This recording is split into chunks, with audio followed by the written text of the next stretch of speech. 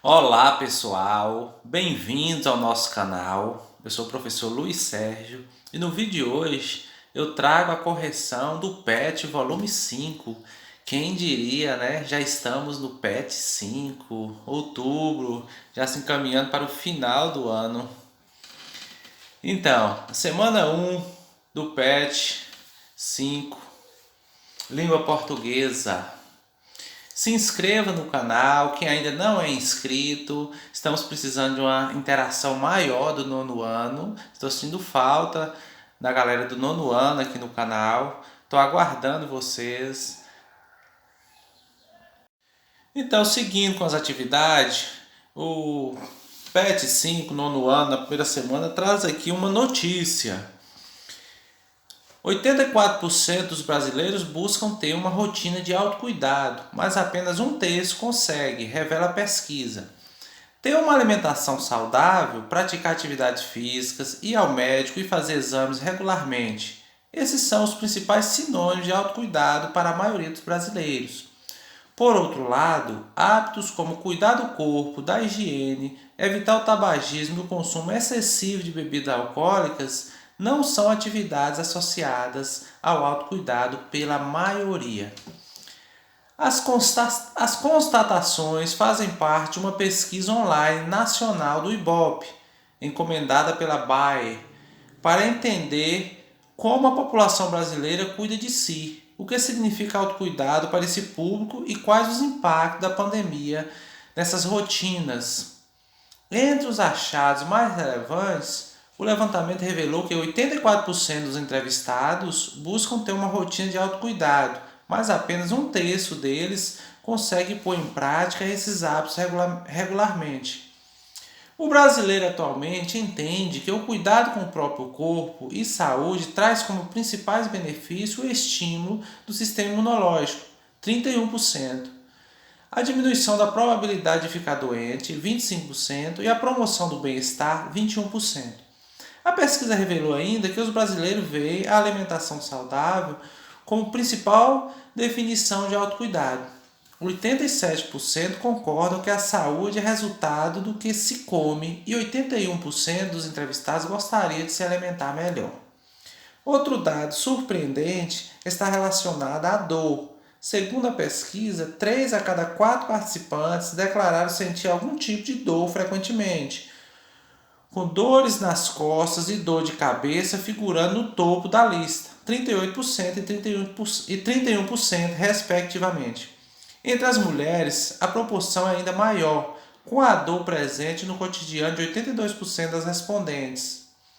Como consequência, cerca de um quarto dos entrevistados toma algum analgésico pelo menos uma vez por semana. Essa entrevista está disponível aí no site, aí, disponível www.bai.com.br.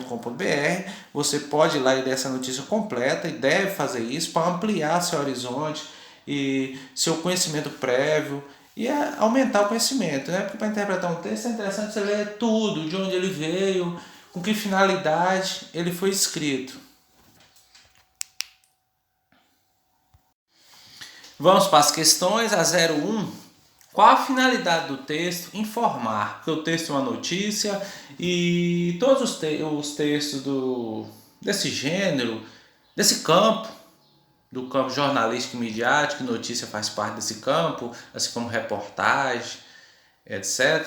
A principal finalidade é informar. 02. Segundo o texto, quais são os sinônimos de autocuidado? Isso aí era uma resposta explícita lá no texto.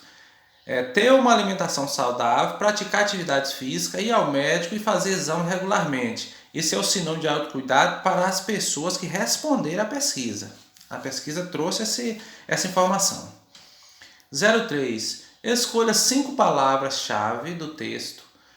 Como o próprio nome diz, a escolha dessas palavras dependerá da importância delas no texto. Em torno é que o texto é construído. Em torno delas é que o texto é construído. Porque a definição de palavra-chave é exatamente isso aqui que está na pergunta. Entendeu?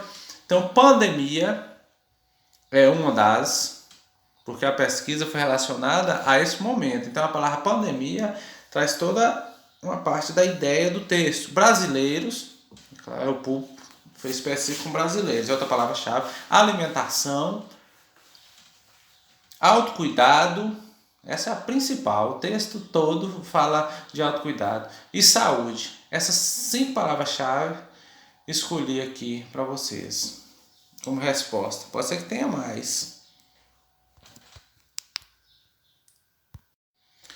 A 04. Escreva 3 ideias fundamentais para o desenvolvimento do texto. Levantamento da rotina de autocuidado dos brasileiros na pandemia. Então, pesquisar o autocuidado dos brasileiros na pandemia é uma ideia. E aqui, 84% dos brasileiros buscam ter uma rotina de autocuidado, mas apenas um texto consegue, revela a pesquisa. Então, para construir o texto, essas 2 ideias aqui são as principais. E a pandemia fez com que 25% das pessoas deixassem a atividade física de lado. É a outra ideia, porque juntando essas 3 aqui, forma todo o texto. Porque o texto tem as ideias, todo o texto tem a ideia principal, é que vai usando os conectivos, as ideias secundárias e montando todo o corpo do texto. Mas tem que ter o sentido principal, qual é o assunto principal desse texto. Entendeu? O que queria pesquisar? A rotina de autocuidado dos brasileiros na pandemia. O que eles mais preocupavam com o cuidado pessoal, entendeu? Então essas aqui são as ideias principais. Qual é o assunto tratado no texto? A rotina de autocuidado dos brasileiros. No gênero notícia, o assunto, a ideia principal do texto, é uma característica desse gênero, ela sempre vem no título e no subtítulo. Preste atenção que isso é uma característica de notícia. Igual você parte lá para textos do gênero literário, por exemplo, às vezes a ideia está no meio do texto, às vezes está até subentendida. Mas notícia não, notícia traz no título e no subtítulo. 06. Que circunstâncias levaram à realização da pesquisa noticiada? O surgimento da pandemia de Covid-19. Pois a pesquisa mostra o que mudou na rotina de autocuidados brasileiros devido ao cenário da pandemia. Então, essas foram as circunstâncias. O surgimento da pandemia, porque senão não teria sentido, porque toda a pesquisa está voltada para esse momento da pandemia, porque muitos acham que se alimentar bem aumenta a imunidade, praticar exercício físico também aumenta a imunidade, então girou em torno desse assunto do momento. Já a atividade 2 traz aqui, leia a explicação sobre figuras de linguagem, em seguida leia os textos a seguir e responda. Aqui temos algumas figuras de linguagem. Figuras de linguagem são recursos estilísticos usados para criar efeitos de sentido nos textos. Veja alguns desses recursos. Metáfora representa uma comparação de palavras com significado diferente, e cujo termo comparativo fica subentendido na frase. Exemplo, a vida é uma nuvem que voa. Entendeu? Uma metáfora, porque na realidade vida não voa, e nuvem, enfim, isso aqui é uma metáfora, comparação. Metonímia é a transposição de significados considerando a parte pelo todo. Exemplo, costumava ler Shakespeare. Aí você trocou aqui no caso o autor pela obra, porque quando você lê os livros, as obras de Shakespeare, mas metonímia tem essa função. Costumava ler Drummond, para resumir, entendeu? Hipérbole corresponde ao exagero intencional na expressão. Exemplo, quase morri de estudar, porque ninguém morre de estudar. Eufemismo, utilizado para suavizar o discurso. Entregou a alma a Deus, quer dizer, para suavizar o anúncio da morte. Personificação ou prosopopeia é a atribuição de qualidades e sentimentos humanos a seres irracionais. O jardim olhava as crianças sem dizer nada, porque o jardim, planta, não olha, não tem olho, né? Então, isso é uma prosopopeia. Antítese é o uso de termos que têm sentidos opostos. Toda guerra finaliza por onde deveria ter começado. Então, aqui, finaliza e começado, sentidos opostos.